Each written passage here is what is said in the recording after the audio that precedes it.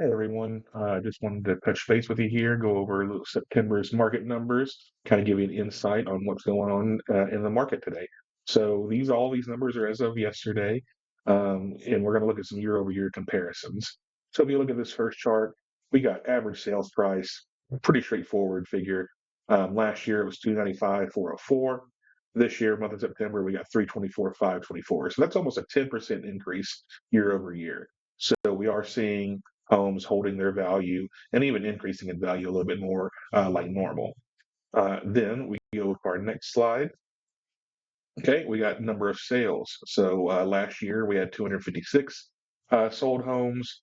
This year we got 272 sold homes. Now all this data is coming from the Waco MLS, and this is for the month of September.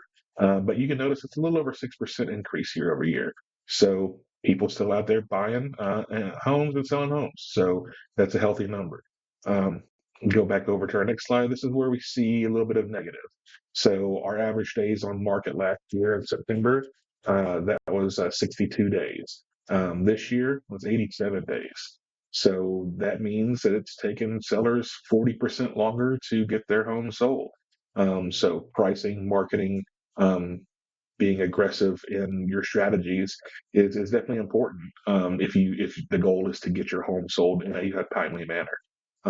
Again, 87 days, that's almost 3 months on the market. So make sure you're having those conversations with your agent about what we can do to minimize our time on market, but maximize our return. And then finally, just want to touch base on mortgage rates. I know everyone was waiting for the Fed a couple weeks ago and really hoping for a big mortgage rate cut, but not really how it works. There's a lot more that goes into it. Um, but as we can see, rates have actually gone up about a point or so since the Fed announcement. So right now, 30-year fixed average, this is national averages, 6.24%. This is as of yesterday.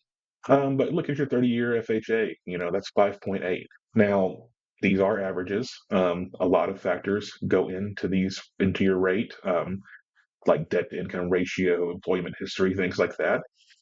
So these aren't necessarily the numbers you'll see, but this is a good idea of the health of the mortgage market and kind of an idea of what's going on in a national kind of picture.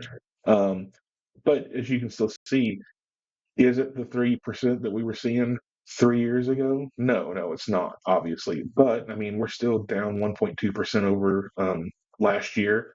So rates are down much more than last year. If you were waiting for this year to buy over last year, I mean, you've gained a lot of buying power because of that, dropping over 1%. And we're still at historic lows. If you were buying a home in the 80s, you were paying 15% interest or higher.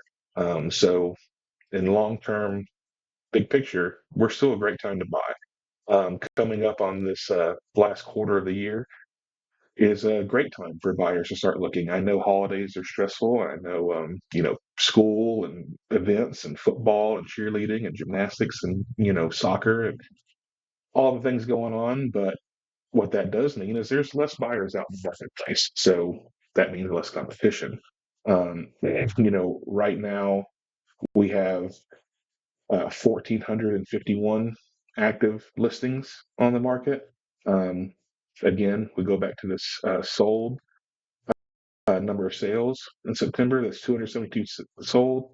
That's about 5.3 months of inventory that we have in our MLS as of today. So that is advantageous for buyers. There's lots out there to choose from. Sellers are more willing to give concessions towards rate buy downs or improvements and repairs. So it's a great time to be a buyer. So if you're out there looking to buy and don't know where to start, reach out to me and we'll get you on the right path. Other than that, guys, if anyone out there wants to have a more in-depth conversation about these numbers and where the real estate market's going and kind of what that means for you, give me a shout. I'd love to help you and help you meet your goals. So thanks, guys. Have a great day.